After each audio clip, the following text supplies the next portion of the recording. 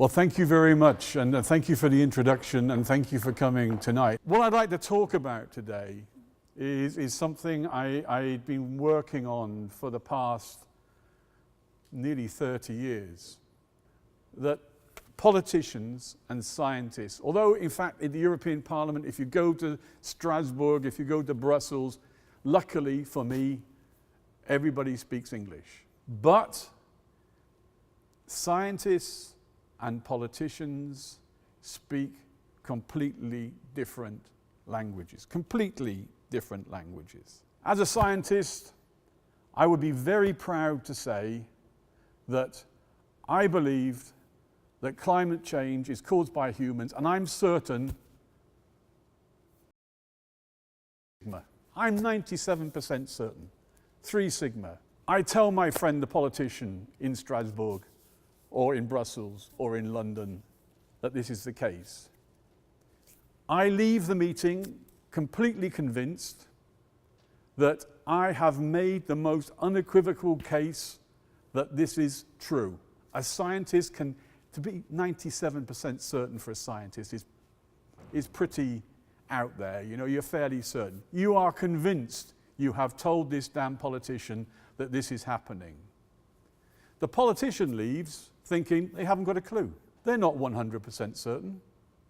There's still 3% that could be. They could be wrong. Why am I going to invest in something which is not certain? Language is important. What you also find when dealing with our political masters is that they have lots of opinion. They are politicians, they have political drives. They come from the left, they come from the right, they come from the middle, it doesn't really matter. They have their theories, they have their ideals which they cling to. Of course they do, that's their job. They pursue their own political agenda. Facts, unfortunately, scientific evidence, if you like, just get in the way. Scientific facts can contradict quite easily the issue that is coming up. And in my first meetings with policymakers in Brussels, the general approach to dealing with science was to say, okay, I have this theory, I've written this policy paper, now can you please provide the data, the facts, that will back up my idea? And people would deliberately try and find the data that fit what they think, and will just ignore the inconvenient truths on the other side. And there comes the friction between science and policy. You see it today. You see it in the debate on fracking. You see it in the debate on GMOs. You see it in the debate on climate change. Everybody likes to quote the fact. My favorite statement, the truth is, Mr. Paxman, the truth is. So we have this kind of Gordian knot. On the one hand, we are a society which is now confronted with increasingly complex societal challenges. I've mentioned climate change, energy supply, water supply, all these kinds of issues, hugely complex. On the other hand, we have politicians who want simple, straightforward answers to these problems. It's an issue, it's a difficulty. Because also within that, it's challenging science.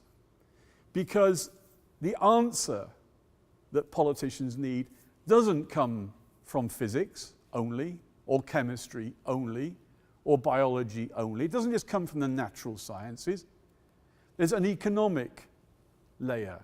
There's a societal, a social layer.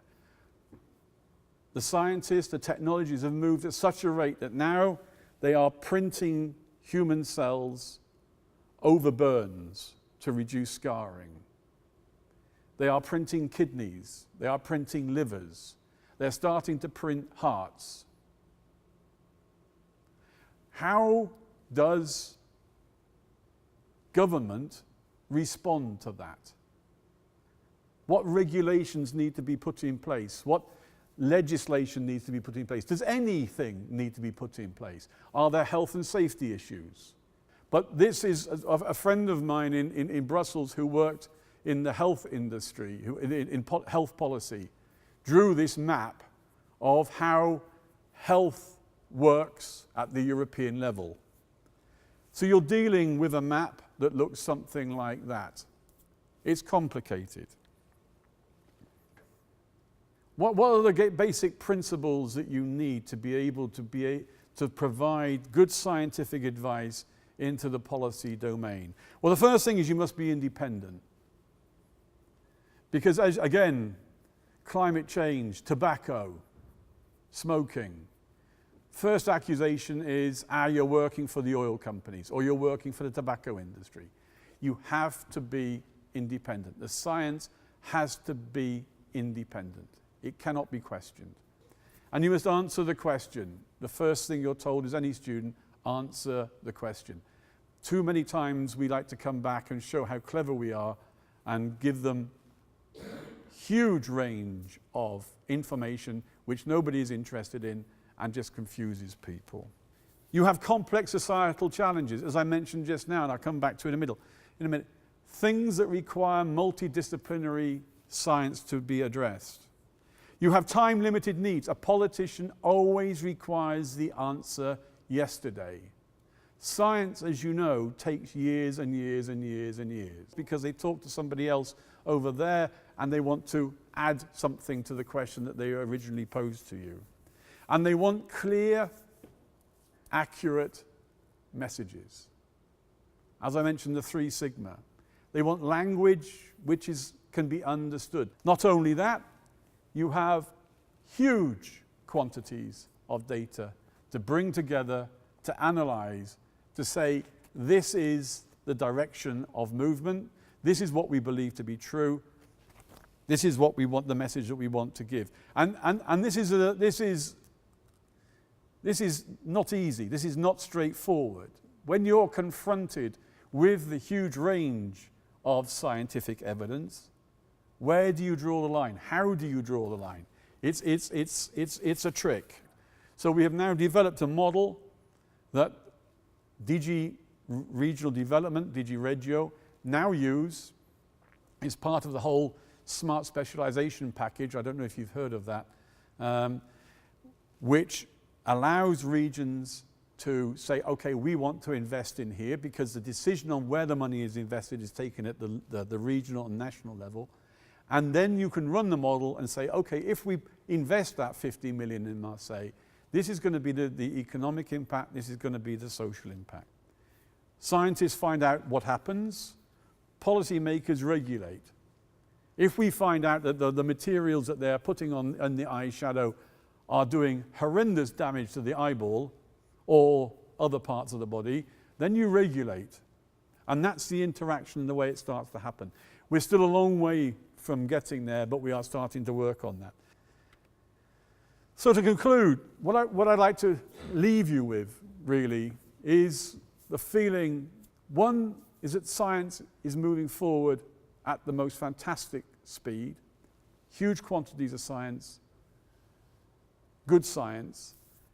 Second is that policy is trying to catch up, but mainly is that the interaction between science and policy is, one, crucial in modern society because of the challenges that we face. Two, is difficult because of the different training and character, if you like, of scientists and policymakers. And it takes a lot of work on both sides for the two communities to come together and understand each other and make use of one another, because they can make use of one another. It's a difficult subject, but it's a very worthwhile subject when you get it right. So at that point, thank you very much for listening, and thank you for attending tonight. Thank you.